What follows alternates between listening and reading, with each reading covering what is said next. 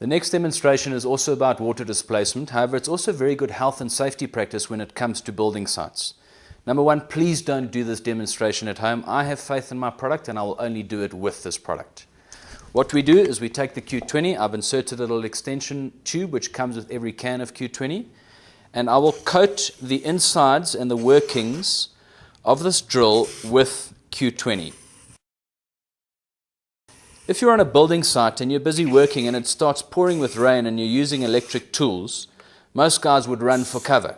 However, if you've coated the drill with Q20 or any of your power tools with Q20, there's no need to run for cover, and this demonstration will show you why. Got my power drill ready. I've got a little lid here that I can get my hand through so I don't get covered in water.